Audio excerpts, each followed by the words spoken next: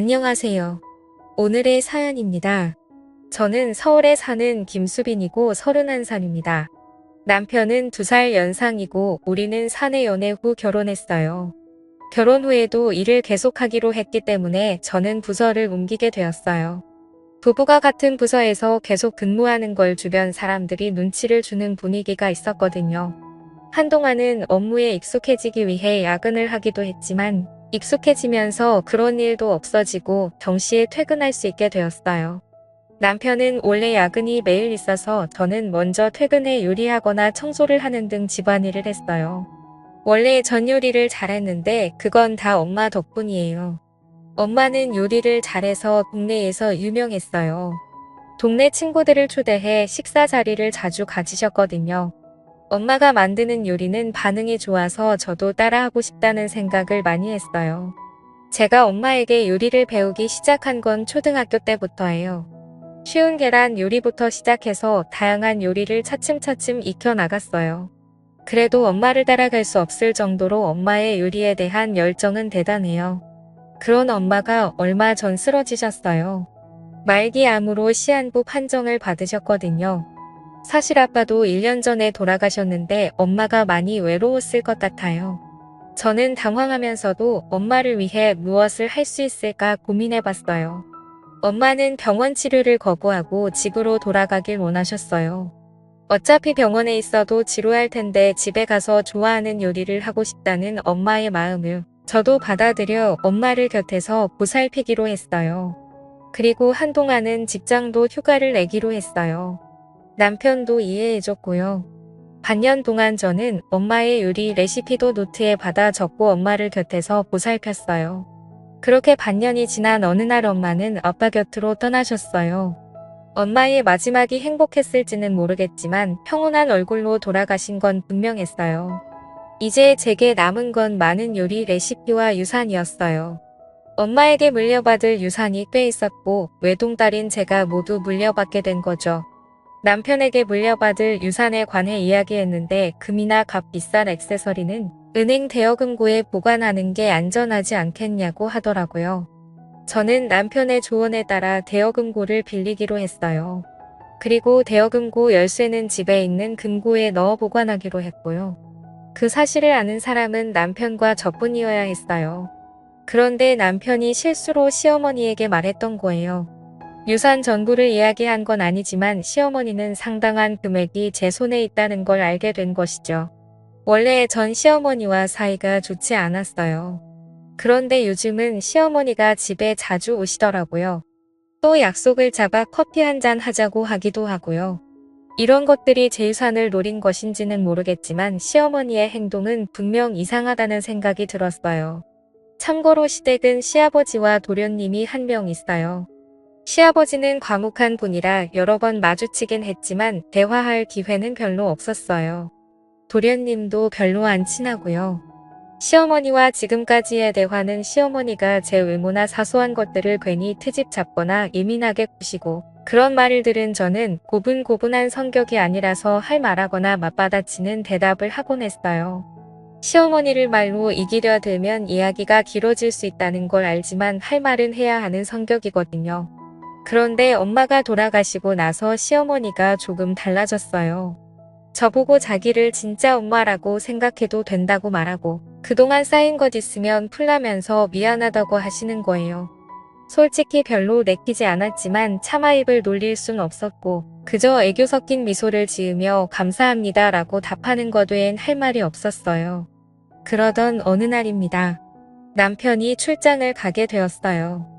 1년에 몇 번 없는 남편의 출장이라 저는 처녀 시절로 돌아간 기분으로 퇴근 후 동료들과 술을 마실 계획을 세우고 있었어요. 그런데 남편이 제가 하는 이야기를 들었더라고요. 나 출장 가면 나가서 밥 먹으려고. 그러려고 동료랑 술이라도 한잔 할까 싶어. 괜찮지? 남편은 제게 괜찮다고 했고 집에만 잘 들어오라고 하더라고요. 남편과 이런 대화를 나누고 있었는데 우리 대화를 몰래 듣고 있던 사람이 있었어요. 사실 집에는 도청장치가 설치되어 있었다는 걸 나중에 알게 되었거든요. 남편이 출장을 가는 날 남편을 배웅해주고 저도 회사로 출근을 했어요. 하지만 설마 밤에 섬뜩한 일을 겪게 될 줄이야. 그날 제 업무는 깔끔하게 마무리 지었고 정시에 퇴근하고 오랜만에 여자들끼리 술자리를 가졌어요. 동료들과 술 한잔 하자고 했을 때 여자들끼리 모이자고 제안한 건 상사였어요. 그 상사는 언니 같은 느낌의 믿음직스럽고 멋진 분이죠. 그래서 여자들끼리 모임을 하게 되었고 분위기 좋은 곳으로 예약도 했어요. 우리는 즐거운 시간을 보냈고 3시간 정도가 흘러 내일 업무에 지장을 줄 것 같아 해산하기로 했어요. 기분 좋게 집에 가서 행복한 기분으로 잠을 자고 싶었지만 그럴 수 없었어요. 취기가 오른 채로 집에 도착하니 현관문이 열려 있었거든요. 어라? 왜 열려 있지? 저는 불안한 마음에 현관에 놓여 있는 남편의 골프채를 하나 꺼내 손에 쥐었어요. 그리고 방들을 둘러보았어요. 거실, 부엌, 작은 방, 안방 그리고 마지막으로 제 서재로 향했어요. 서재에는 제 금고가 있었어요. 설마 하는 마음으로 서재를 향했는데 안에서 한 남자가 뛰쳐나왔어요. 제가 비명을 지르자 그 남자는 금고를 든 채로 순식간에 현관문으로 도망가더라고요. 놀래서 손에 들고 있던 골프채를 휘둘러 봤지만 허공에다가 휘두를 뿐 맞진 않았어요. 그렇지만 다행히 저는 범인의 얼굴을 본 것 같았어요. 모자와 마스크로 얼굴을 가렸지만 눈이 인상 깊었거든요. 아니, 누군가를 닮았다고 해야 할까요? 범인이 도망쳐서 혼자 고민하다가 일단 누군가의 도움을 받아야겠다는 생각에 시어머니를 부르기로 했어요. 오늘 아침 남편이 무슨 일이 생기면 시어머니에게 도움을 받아라고 말했던 게 떠올랐거든요. 시어머니에게 전화를 걸었더니 도대체 뭐가 들어있는 거지? 이런 생각이 들 정도로 큰 가방이었어요. 저는 20분 동안 어느 정도 범인의 정체를 파악하고서는 경찰서에 갈 준비를 했어요. 시어머니는 우리 집에 도착하자마자 범인의 얼굴을 봤냐고 묻더라고요. 우선 저부터 걱정해줘야 하는 게 맞지 않나요? 그런 생각이 들었지만 일단 질문에 대한 대답으로 보였다고 했어요. 그리고 지금 당장 경찰서에 가려고 한다고 말했고 시어머니에게 함께 가자고 했어요. 근데 갑자기 시어머니는 들고 있던 커다란 가방에서 사시미를 꺼내 들었어요. 봤다면 어쩔 수 없지. 너가 입을 열지 않겠다고 할 때까지 이 집에서 못 나가. 시어머니는 소리를 지르며 제게 말했어요. 이럴 때 왜 아까 그 골프채가 손에 없는 거야?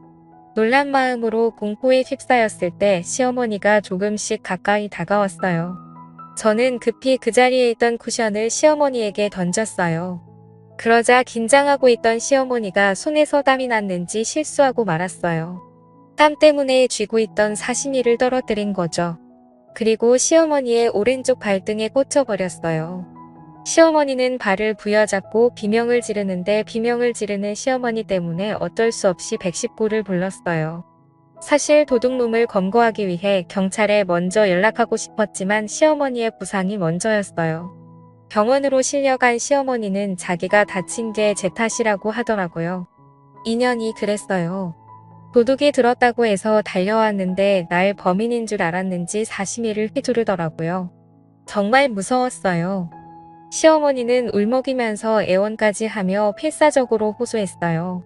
저는 너무 억울해 절대 그런 일 없었다고 말했고 본인이 휘두르다가 떨어뜨려 다친 거라고 해명했어요. 경찰은 제 말에 귀를 기울여 주긴 했지만 그래도 제 말보단 시어머니의 말이 더 신뢰가 갔는지 저를 의심하더라고요. 이 오해를 어떻게 풀어야 할까? 저는 번뜩이는 생각이 떠올라 경찰관에게 부탁해 함께 병원에서 집으로 귀가했습니다. 그리고 경찰이 집에 돌아와서 집안을 살폈어요. 그러면서 도둑이 들었던 사실도 이야기할 수 있었어요. 저는 범인이 누구였는지 경찰에게 말했어요. 그건 바로 도련님이었어요. 문매가 워낙 특이해 확신할 수 있었거든요. 경찰은 제 증언과 집에서 확인한 물건들을 토대로 수사를 진행했고 곧바로 도련님이 잡혔어요. 알고 보니 집에서 금고를 해체하는 작업을 하고 있었던 거죠. 이유는 금고 안에 내용물을 손에 넣으려고 했던 거였고요. 도련님은 금고의 열쇠는 없고 노트만 들어있었다며 열받아서 노트를 다 찢어버렸다고 했어요. 그 내용물이야말로 제가 가장 소중히 간직하고 싶은 물건이었는데 말이죠. 다음날 남편은 출장에서 급히 돌아왔어요. 그리고 남편에게 모든 상황을 이야기했어요. 먼저 집에서 경찰관에게 확인받은 물건은 소형 방범 카메라였어요.